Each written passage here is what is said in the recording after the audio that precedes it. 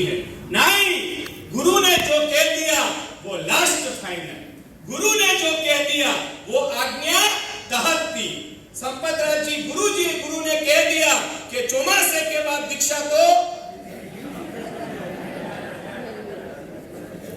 गुरु की आज्ञा सर्वोपरि होती है। और एक बात समझ लेना, आज तक के महापुरुष में जिन जिन लोगों ने गुरु की आज्ञा का पालन किया, जिन जिन लोगों ने अपने जीवन में एक गुरु को बनाया है, एक बार मैं फिर कहता हूं, गुरु का आशीर्वाद जिस व्यक्ति के जीवन में मिलता है वो व्यक्ति किस हाइट पर पहुंचता है आप उस चीज की कल्पना भी नहीं कर सकते।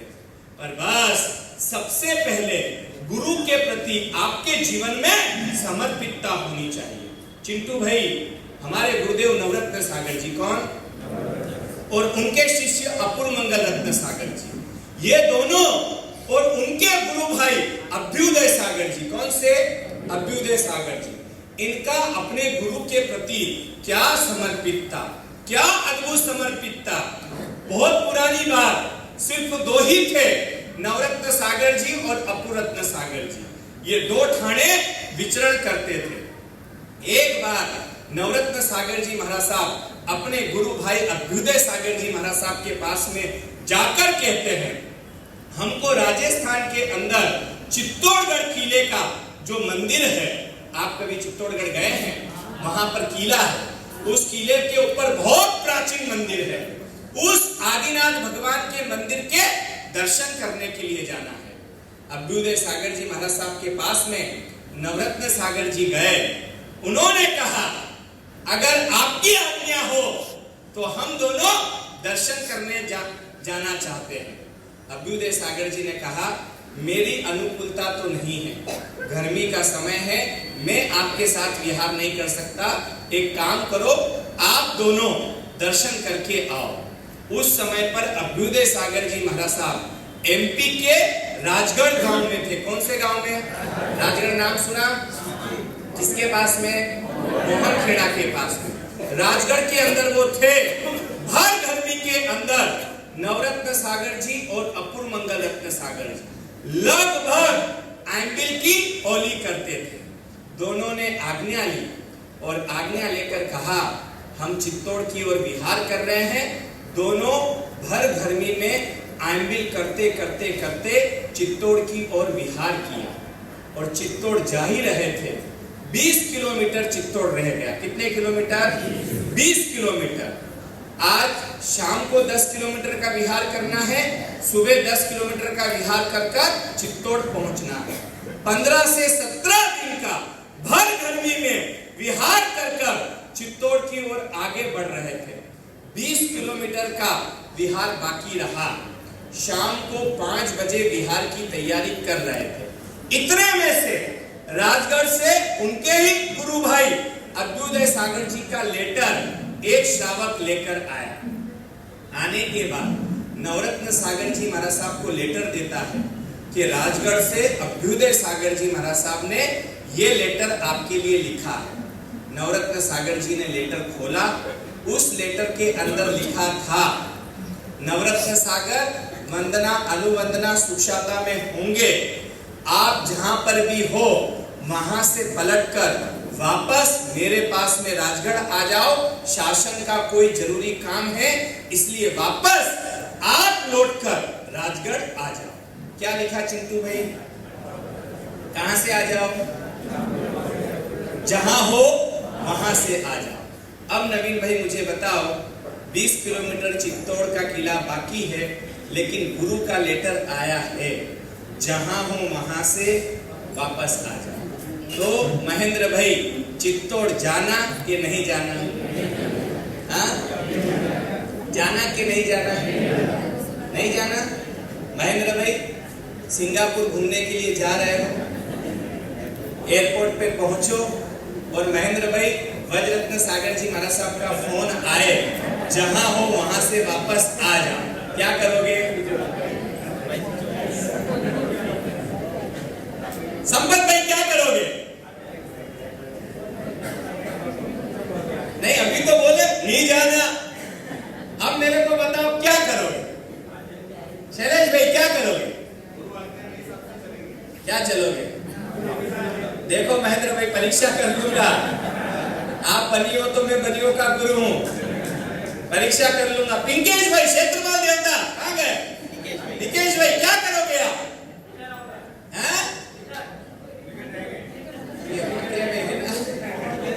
कभी कभी तो ऐसा लगता है कि ठाणा वालों, मेरे को ठाणा वालों से सीखना चाहिए। ये तो ऐसे बोलते रिटर्न आऊंगा, वो तो जब समय आएगा तब पता चलेगा। नहीं, समर्पितता है ये महेंद्र भाई की, गुरु के प्रति एक जीवन में समर्पितता है।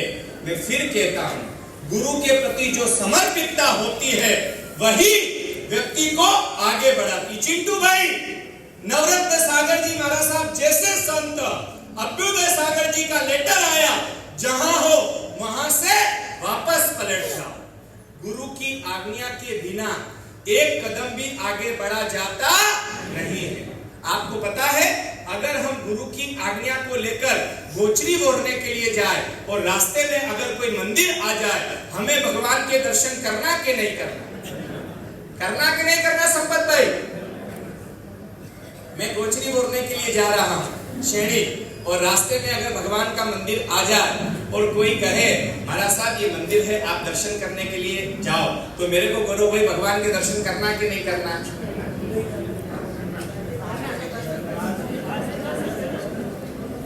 करना कि नहीं करना? क्या नाम? हाँ बेटा, तेरा क्या नाम? ग्रीक करना कि नहीं करना? हाँ, क्यों करना?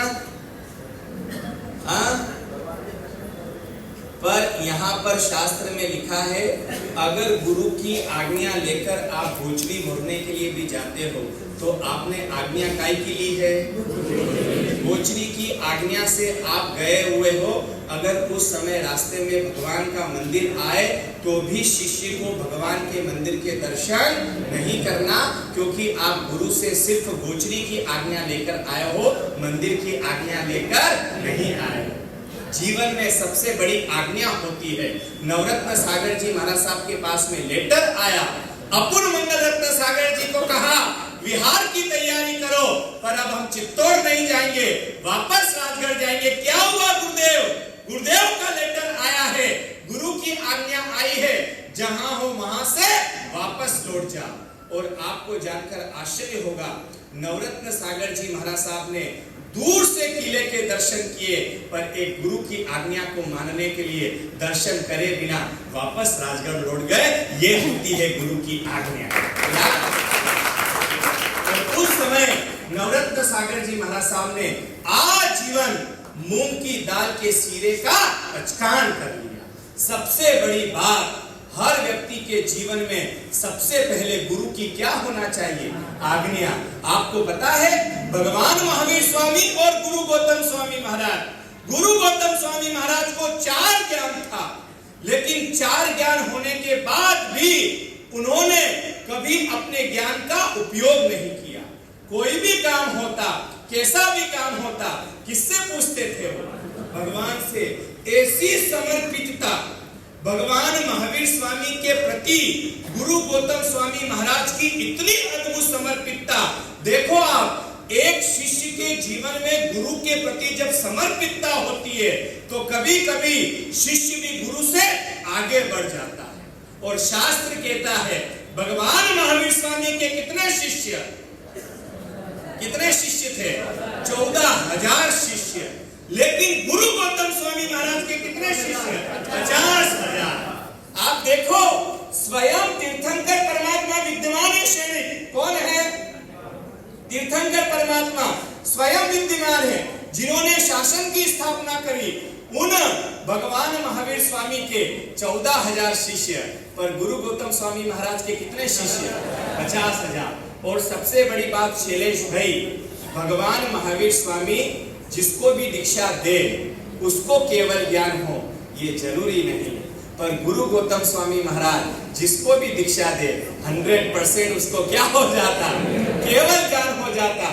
शिष्य है भगवान महावीर स्वामी के, लेकिन गुरु गौतम स्वामी महाराज के पास में ऐसी लब्धि, कहा गया ना, अंगूठे लब्धि तना श्री गुरु गौतम समरिये, इतनी लब्धि आखिर में गुरु गौतम स्वामी महाराज के पास में कैसे आए? 50-50 हजार शिष्य के मालिक, अरे अयमुत्ता मुनि जैसे छोटे बाल मुनि को दीक्षा दी। कितने साल की उम्र में? 8 साल की उम्र में अयमुत्ता मुनि को दीक्षा दी। और आपको जानकर आश्चर्य होगा, उस अयमुत्ता मुनि को दीक्षा देने के बाद दूसरे दिन यहाँ पर केवल ज्ञान हो गया, पर भगवान गौतम स्वामी को केवल ज्ञान नहीं हुआ। पर यह लब्धि गुरु गौतम स्वामी महाराज के पास में कैसे आई?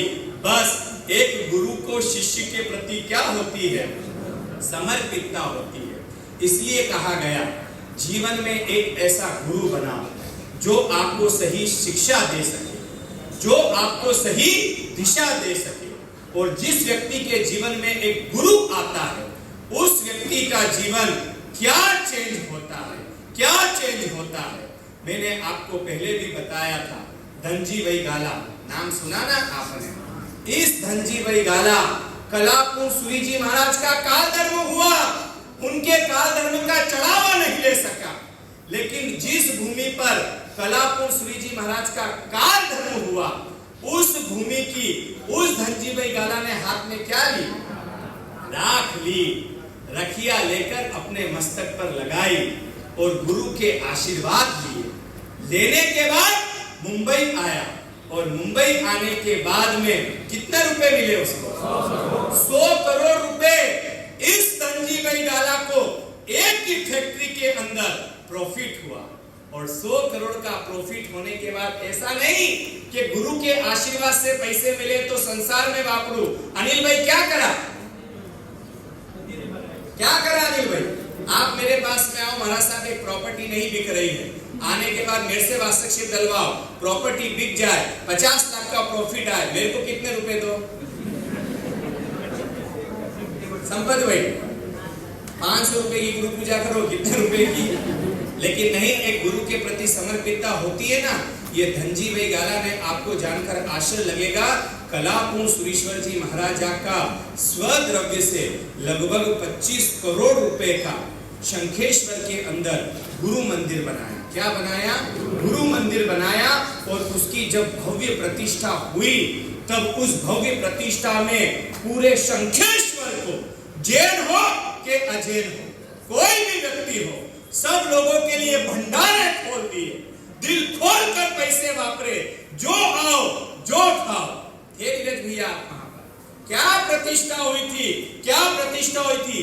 प्रतिष्ठा के दिन दलित चंद जी साहब कितने लोग थे बताए आपको? 2 लाख लोग थे। और वो प्रतिष्ठा होने के बाद धनजी वैगाला को जब हाथ में माइक दिया गया, तब उसने एक ही शब्द बोला, आज ये जो भी नजारा देख रहे हो, इसमें मेरी कोई ताकत नहीं, ये ताकत अगर सिर्फ किसी की है तो वो मेरे गुरु की है। इसकी ताकत है, वो मेरे